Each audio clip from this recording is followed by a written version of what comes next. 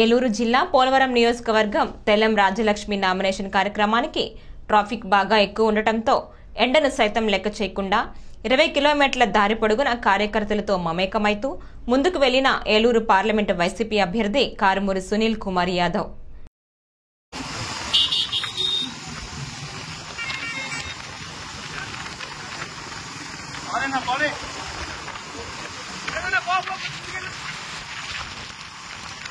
ఆ బండి తీసుకున్నా.